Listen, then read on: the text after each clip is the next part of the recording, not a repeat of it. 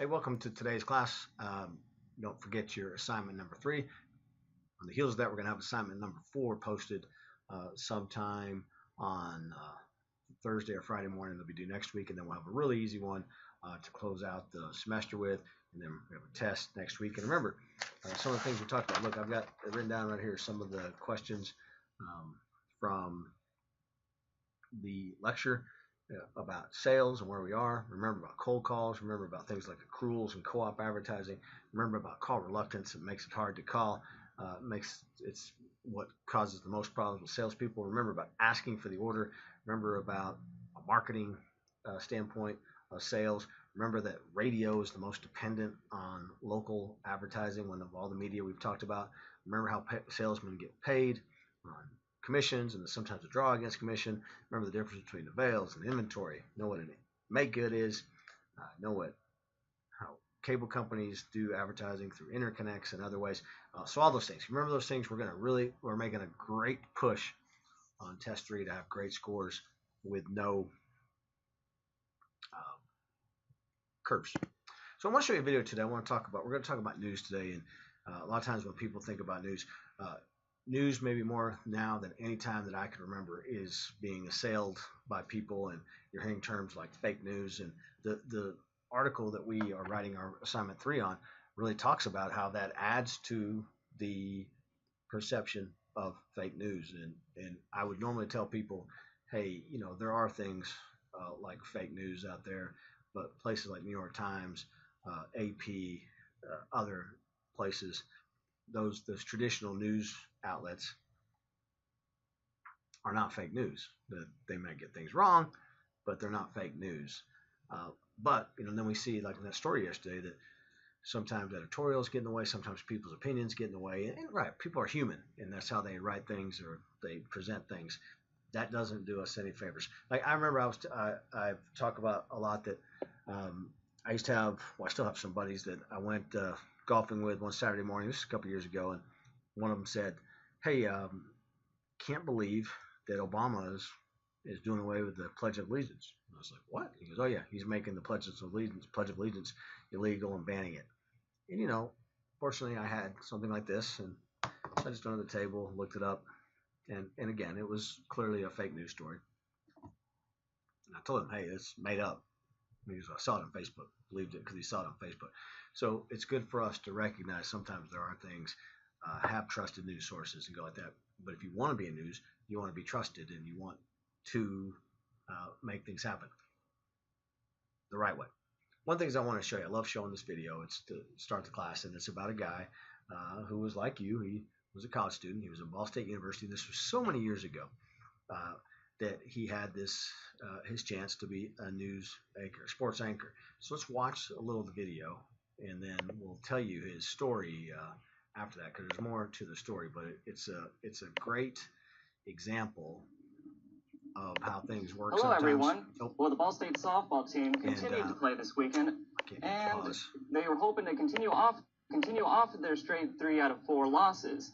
And so we'll take a look and see how that happened. They started off good, but then eventually, the Ball State women's team shut down and ended up doing poorly. Oh no. And okay, we're going to continue on now. The Ladies Cardinals will play an Iowa tournament starting this Friday. Before the Ball State baseball team kicks off its conference season this weekend, the Cards will battle an in-state rival Indiana tomorrow. Tomorrow's game will be the meeting between the two, beating both first.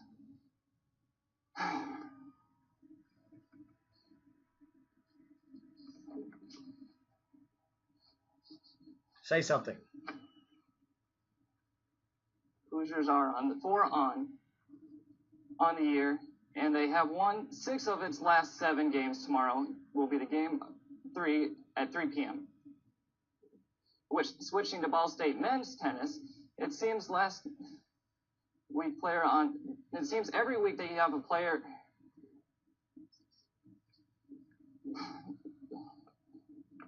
Matt Lawrence is the latest Cardinals tennis player to win the award. Lamar won all the singles and doubles matches last week. So far, the Cardinals have had a player honored on the weekly awards. 7 out of the 9 weeks. The Cards will play at Boise State Invite this weekend. The Indiana Pacers are looking for a measure of revenge tonight against the New Jersey Nets and to strengthen their playoff hopes. The Nets won the last Sunday's matchup 94-85, which left the Pacers 1 game behind the Chicago in the 7th series spot. Let's check out the highlights.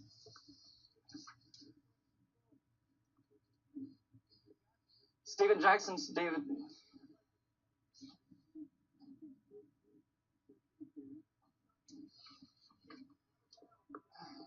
Reggie Miller's looking good. He shoots a 3, and it's good. Later, he gets the rebound, passes it to the man, shoots it, and boom goes the dynamite. The final scores ended up with the Pacers 63 to the Nets 61. The Associated Press of the All-American first team in college baseball was announced today at Utah's 7-foot sophomore center Andrew Bogut was the leading vote receiving 60 first-place votes. Bogut, who is an Australian native, received very little attention in the preseason, but averaged 20 points and 12 rebounds a game for Utah. The 4 other players joining Bogut on the AP team are senior forward Wayne Summers and Kansas, and Hakan Warwick of Syracuse, junior guard J.J. Redick of Duke, and sophomore guard Chris Paul of Wake Forest rebounded out the list. Let's check out some of the scores tonight.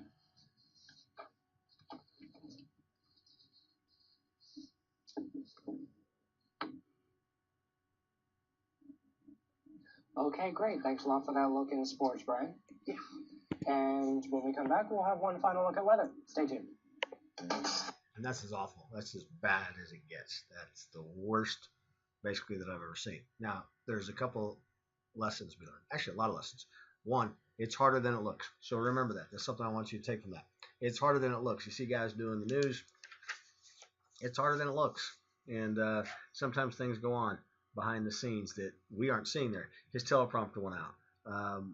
He had technical difficulties that you couldn't see. And the thing is, the viewer doesn't know that. They just know he looks like an idiot, right? He just stopped talking. You know, one of the things I used to do sports on television, and one of the things that benefited me was I was on the radio also. And so I was able to rely on my radio ability to just talk if something happened and something went wrong. Just talk. And there's a lot of time there that when you're watching that, you're probably thinking the volume had gone down, right? But no, he just was sitting there quietly. The story behind that is he wasn't really a sports guy. They called him an accident. He wanted to do it, and then all those things happened to him. And it was a newscast that went out over the air. It was really before the YouTube days, but it still lives on 15 years later through YouTube. The guy really has benefited in one way. He came up with "Boom Goes the Dynamite," which people still use today. People remember him. He went on to work at a TV station in Waco, and now I think he's like an independent consultant helping people edit videos and do those things. So he recovered from it. But the lessons are, remember, the lesson we learned yesterday, failure is never fatal. He moved on. He's a butt of some jokes, but really at the end of the day, who really cares, right? Nobody dropped a heart. Nobody died. But remember that. It's harder than it looks. And I think that's a guy that would really tell that story. So, but as we look at news and the change of news and how things are going, I wanted to show you two things. One is, I wanted to see this website, which is one I started. It's called RedRaidersports.com. Started it 15 years ago or so. And now it's where it is now, and 5,000 subscribers and things. And we really put in a lot of things that no one knew about at the time, that weren't thinking about at the time, like video and online video and doing things. And people were like, who are these guys? Who do they think they are? At the time when we started it, the site had 19 subscribers to now, again, it's got 5,000 plus subscribers. I had to divest myself of it a couple years ago when I came to work at Texas Tech, but it's still successful and still doing some of the same things we did back then. But so you go ahead, and I wanted to show you the site where we see Fox Sports cutting writing jobs to increase their video content. And so, again, as you look at news and where news is and what people are consuming on Twitter, and we see that Instagram is going now to this IGTV format on their app. Video is where it's at, and the thing is, you always want to be able to write. You always want to be able to tell your story, but that's why you're going towards multimedia journalists called MMJ. People that can shoot, they can edit, they can write, they do those things. So the more you can do those things, if you want to work in news, it makes yourself valuable. So tomorrow we're going to look at some Pew Research about what people are watching and how people are consuming their news. Today we want to just look a little bit again, just the structure of some news. And again, this is part of this class and what people are looking at as far as news and news management and how news operates. One of the things I'll tell you is that it's just a different world, right, with news than it was, especially like when I was in college, there would be a certain number of jobs you could get. You come out of college and you say, okay, if I want to work in news, I'll probably go to a small market, start and work my way up. Well, again, the internet is the great equalizer. We talked about that you don't really have to be in Dallas or New York or Chicago to be what's considered successful. Now you can do almost anything and do it in your own place and still maybe get as much visibility. So that brings us to our first point, is that the reason that people, when I say people, businesses, whether it be a website, whether it be a radio station, whether it be a newspaper, do news, it gives you visibility. It gives you sometimes some credibility. And so news is something that people are going to turn to you at certain times and look. Society has become increasingly dependent on electronic media for news and information. So think about yourself and where do you go, and when something happens and there's a big news event, you go online now, right? Look for it. When I was your age, we turned the television on. When my father's age was our age, they went to the radio. They'd wait for the newspaper the next day to read about it. But now society is changing. Electronic media has become very important because you can do things like watch television and then, but also be checking for real-time updates on your phone and on your tablet and those things. And again, news gives your operation whatever visibility, and there's so many ways you consume it now.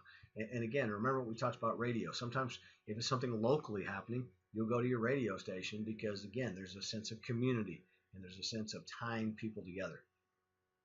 So for most people, electronic media, some form of electronic media, is their primary source for knowledge about national and international events. And really, it makes a lot of sense, right? Where else are you going to get it? The only way you're going to find out about something happening is watching it or seeing it or hearing about it. So news is obviously a key product of the electronic media. And for some places, it's the main product. Now you have cable channels and you have websites and you have others that don't delve in the news at all. But for a lot of entities, it is a key product of what they're doing. One of the things that's kind of scary, nearly half of Americans get their news from Facebook. And we'll see that in some of our Pew Research tomorrow. But it's kind of scary, right, when you think about some of the fake accounts that get set up and some of the things that people write about there, but that's where people get it. 2 of 10 adults still get their news from print newspapers, which is pretty interesting still, right? I still get a newspaper. I get it in my front yard. I pick it up. I read it, but partially because of my job. But that's going to happen less and less and less. And again, if you guys were in class, we would talk about the Daily Toreador, which used to be called the University Daily. When I was in school, everybody was reading the University Daily. So you'd come and wait for class to start, and they'd be sitting there with the University Daily. Today, nobody's reading the Daily Toreador. If there's 5,000 editions of the Daily Toreador in the bin starting the day, there's going to be 5,000 at the end of the day. It's just not where your generation is getting your news. Sorry to Andrew. I think Andrew might be working on the Daily Toreador. So getting good experience, but people are reading it online. News is important to media organizations for a lot of reasons. It's historical. News has been a part of broadcasting really since the beginning of broadcasting. And then from a cultural perspective, again, people want to know what's going on. It helps kind of define the values and beliefs and news stories you see of what's happening, what's right, what's wrong. Those things you get from news. So news is still actually very, very important. And again, it's important from a historical perspective. Right? We've always done news, and we've always made money at news. And there are things that you find out, and the culture is defined a little bit about what you see on the news. There's several ways you can look at news. Again, somewhat like local radio. There's a little localism to that. That the only way you're going to find out what's happening in Lubbock, Texas. We just had an election a couple months ago about the Coliseum. And really, the only place you're going to find out about it is on local news, whether it be the actual television or radio or their websites or whatever. So there's a local flair to that. And then it's programming. And when you look at, let's take Channel 11 in Lubbock, Texas, for example. They have a morning show, they have a noon show, they have a 4 news, they have a 5 news, they have 6 news, and they have a 10 news. It's programming, and it's something that they can use throughout, and it becomes an economical form of programming, right? You can do a local show without putting a tremendous amount of money into it. How a news department is organized, again, it varies by the type of media we're talking about, the type of facility we're talking about, the type of market we're talking about. And again, some stations or outlets really care a lot about news, and some don't care as much. And based on that, you determine the size of the news department. Generally, there is a news director in charge of all the local news, and that person is in charge of how you're going to cover the news, what you're going to look at, how you're going to look at it, who you're going to interview, those type of things. And then that person is also in charge of evaluating the employees. Just some titles that we look at, and this is some in radio, some in television, some on a web basis type deal. There's generally an assistant news director who helps kind of organize things and structures of how things are going to look. Sometimes, especially in television, there's an assignments editor, especially in newspaper, also an assignments editor. So you come to work and you meet with the assignments editor, and the assignment editor says, you do this, you do this, you do this. You'll hear things if you go into any newsroom, newspaper, radio, television. There's always a police scanner going on because you're listening to what's happening locally and what the police are up to. You've got newspapers in there because it's a good place to get leads for stories and things. So generally, a lot of stations have an assignment editor. There's always, for the most part, especially in bigger stations, an operations manager who's really in charge of if you have a helicopter, if you have a live truck, all those things, and somebody has to coordinate all the technical part of that. There was a station in Lubbock that years ago decided to work with a local farmer and sublease their helicopter. They thought, hey, we'll be the only station in town doing traffic coverage. Didn't last very long, right? Because there's generally not a lot of traffic coverage in Lubbock. Then you have executive producers who really write and work on what goes on in the air. You have producers who are the first line of putting that together. And then you have the anchors.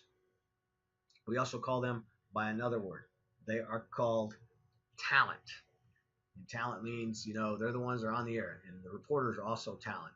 And they're usually the highest paid position. They're usually, besides salespeople, in the newsroom, they're the highest paid people.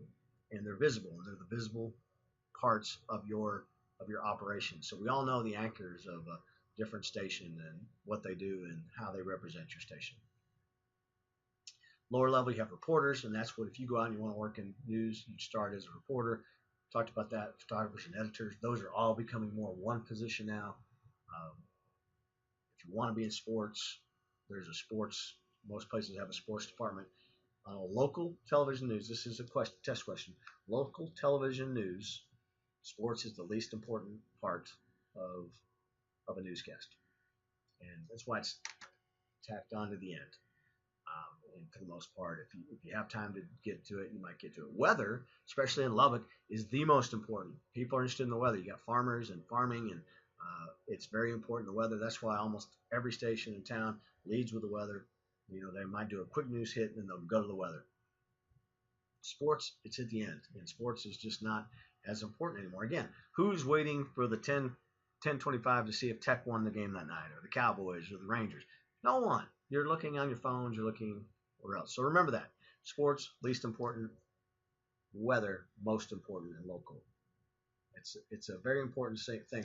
Again, sports used to be a huge deal on the local markets. And if you look at Channel 11 in Lubbock, again, using them as an example, they've done a very good job of covering high schools and youth sports because they realize, hey, Texas Tech is covering their own stuff and everybody else is going after Texas Tech. We can find our niche. We can cover high schools. We can cover Little League and those things. And so you can make sports more important by doing it that way. So the news director, we talked about that person's job. They maintain the budget, and they have they have two budgets: regular expense, which is your talent and running your operation, and then you have a capital expenditure budget, which is equipment, vehicles. Hey, we need new editors, we need new news cars, whatever. Just like any business, there's the cost of doing your business, and then you have funds set aside for capital expenditures, and you're using that for facilities and other things that you need. So it is difficult to budget. News is difficult to budget because there's changes.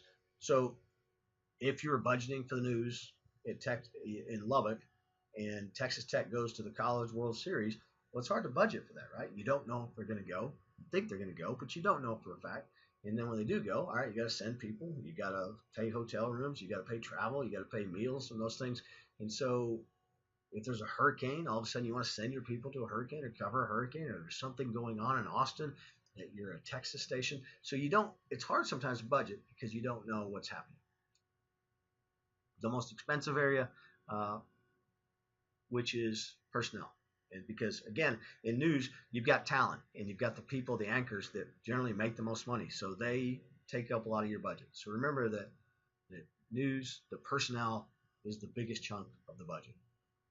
Just a few issues we'll talk about news management. And tomorrow we're going to talk about some events, some defining events in news. And then we're going to talk about the Pew Research. But local news directors in radio and television and newspapers deal with this all the time. There's an erosion of the news audience. There's not as many people watching your show because overall audiences have declined because they're finding other ways to consume media. So there's less of a news audience than there was 5 years ago, 10 years ago. There's something called convergence, which is newsrooms are working with, you see this on cable all the time. You'll see a news reporter, a typical print reporter now being seen on cable or talking on the radio or whatever, because we're trying to be able to take multiple platforms and put them together. Again, MMJ. Remember, I don't have that on there, but remember that. MMJ, multimedia journalist. You can do all kinds of different things, and that's part of convergence, bringing everything together. Again, you have to deal with talent, news talent.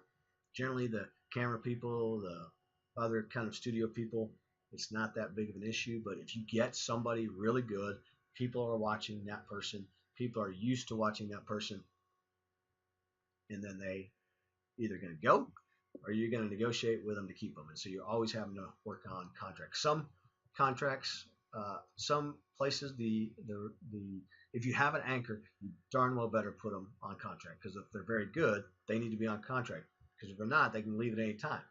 And then you can put a no compete in there, which says you must remain off the air in the market for a certain number of time. When I left my job as a sports anchor to come work for Texas Tech, I had an agreement that I could not be on any local station as an employee for 2 years. And so it's just part of the negotiations. They all deal with ratings and sweeps, which is the periods of the year where their audience is measured. And generally, for the most part, they're held in February, May, July, November. This is television. Again, we talked about this. Radio is measured twice a year. Television is measured 4 times a year, and there's some bigger ones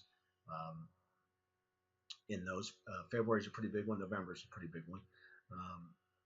And so they always have to deal with that. And sometimes you'll see them do kind of crazy stunts and things around that time to get more viewers.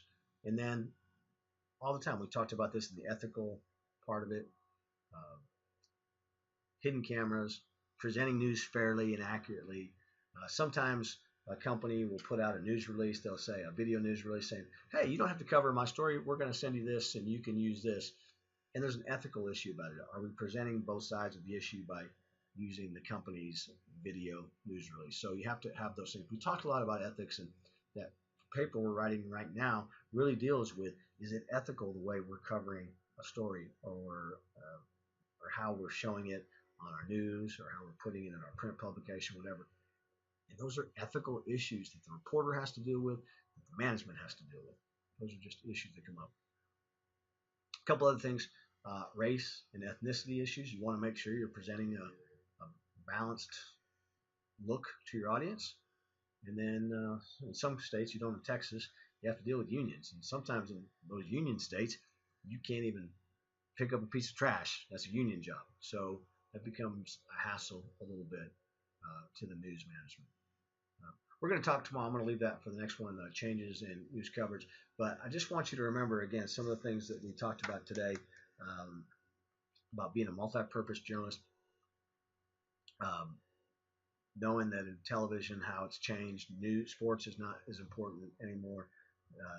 Weather is important. Just the change in what's happening. Just remember those things as we look at news. And again, tomorrow we're going to give you some numbers about who's watching news, how people are consuming their news, and I think those are interesting things to look at and be something I'm interested for you guys to talk about on your end. So thanks for watching today. If you haven't done assignment 3, get that turned in. Look for assignment 4, and we'll be back soon and get close to finish this up. Appreciate you guys' patience and participation all throughout this summer.